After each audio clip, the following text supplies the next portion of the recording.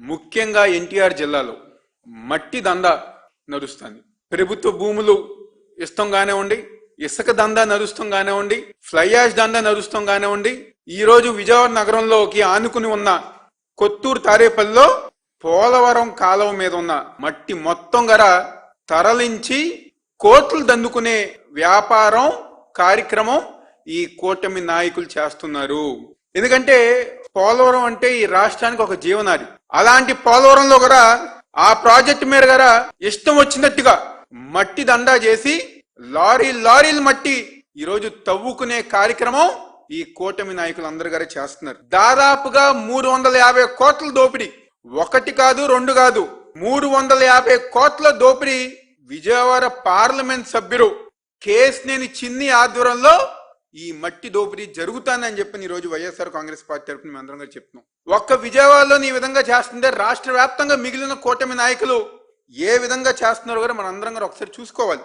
పోలవరం కురి ప్రధాన కాలువ గట్లన్నీ గారు తవ్వేసి మొత్తం అంతా గారా ఈరోజు తరలించే కార్యక్రమం ఈరోజు వాళ్ళందరూ గారు చేస్తున్నారు. ప్రభుత్వం ఏమైంది? అధికారులు ఏమయ్యారు?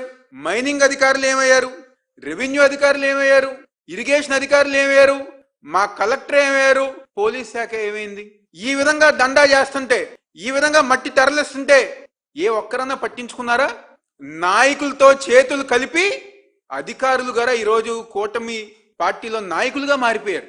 వాళ్ళు చేసే దండాలో గారా వీళ్ళు చెయ్యి కలిపి ఈరోజు దండా అంతా గారు చేసుకుంటూ ముందుకెళ్తాం గారు జరుగుతుంది. అసలు ఎంపీ అంటే మెంబర్ ఆఫ్ పార్లమెంట్ నుంచి మట్టి పేకాటిగా మార్చిన ఎంపీ ఎవరిని ఉన్నారంటే మా ఎంపీ కేశినేని చిన్ని. అదే విధంగా వాళ్ళు మాట్లాడుతున్నారు, మా వెనకమాల లోకేష్ ఉన్నారు కాబట్టి మేము ఇవన్నీ చేస్తున్నాం అని చెప్పని ధైర్యంగా చెప్పుతున్నారు. కేవలం లోకేష్ సపోర్ట్ తోనే మేము ఈ దందాలన్నీ గారు చేస్తున్నాం అని చెప్పని కింద ఎవరన్నా అధికారులు వెళ్ళి అడిగితే మాకు లోకేష్ చెప్పారు చేయమన్నారని చెప్పనే మాట ఈరోజు వాళ్ళందరూ గారు మాట్లాడుతున్నారు. ప్రభుత్వం ఎప్పటికన్నా స్పందించాలి. ఏదైతే వీళ్ళు చేస్తున్న మట్టి దందా, నిజంగా అదేదో సినిమా వచ్చింది కేజీఎఫ్ సినిమా, అది గారే పనికిరాదు వీళ్ళు దందా ముందు.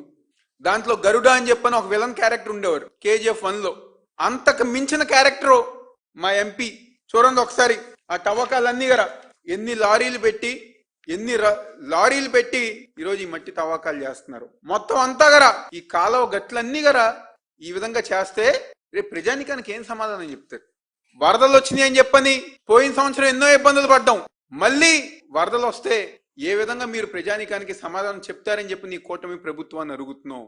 మట్టి దండ ఏదైతే ఉందో దాన్ని అరికట్టాలి, దాన్ని ఆపాలి అని చెప్పని మేము అందరంగా డిమాండ్ చేస్తున్నాం. ఈరోజు అనేక వార్తలు వస్తున్నాయి. ముందు టాస్క్ ఫోర్స్ వాళ్ళు మార్కాపురం తీసుకొచ్చారని చెప్పని. టాస్క్ ఫోర్స్ ఎవరి కంట్రోల్లో ఉంటుంది? కమిషనర్ గారి కంట్రోల్లోనే ఉంటుంది. ఆయన చెప్పందే ఏ పని గారు చేయరు.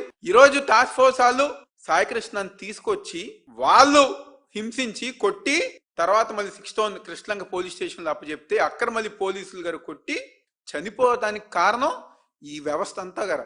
దీనికి సిపి గారు బాధ్యత వహించాలి. ఆయన బయటకు సమాధానం చెప్పాలి. ప్రజానికం దగ్గరకు వచ్చి ఏదైతే ఇష్యూస్ ఉన్నాయో ఎంతమంది కోసం చేస్తున్నారు, చనిపోయారా, ఉన్నారా లేదా, లేకపోతే ఈ సీసీటీవీ ఫుటేజ్ మాయం చేస్తాం కానీ వీటన్నిటి గురించి కమిషనర్ గారు బయటకు వచ్చి ఒక్క సమాధానం చెప్పారా?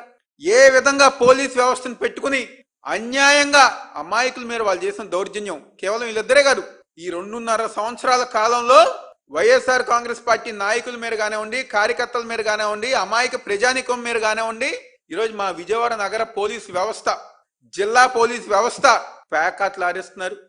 గంజాయి ప్రైవేట్ సెటిల్మెంట్లు ప్రతి స్టేషన్లో కూడా జరుగుతుంది. ఎవరన్నా ఏ అధికారైనా, ఉన్నత అధికారైనా దాని గురించి మాట్లాడుతున్నారా? ఒక్కసారి గ్రౌండ్ లోకి వెళ్ళి ప్రతి స్టేషన్ లో గారు చూడండి, అన్యాయంగా కేసులు పెడుతున్నారు. గంజాయి అరెస్తం కానివ్వండి, పేకాట అరెస్తం కానివ్వండి, లేకపోతే సెటిల్మెంట్లుకి అడ్డాయిలు ఈ రోజు విజయవాడ పోలీస్ స్టేషన్లు అయిపోయింది. అదే విధంగా అన్నిటికంటే గంజాయి మేము అరికట్టాం అంటున్నారు కదా. నిన్న రాత్రి కృష్ణలంకలోనే గంజాయి తాగి కొంతమంది పాపం తండ్రి కొడుకుల్ని నిన్న రాత్రి దాడి చేస్తాం జరిగింది. సిబిఐ ఎంక్వైరీ చేస్తే తప్పకుండా ఎవరైతే దీని వెనకమాల ఉన్నారో, ఎవరికైతే ఈ విషయం తెలిసి చేశారో వాళ్ళందరూ గారు బయటకు వస్తారు.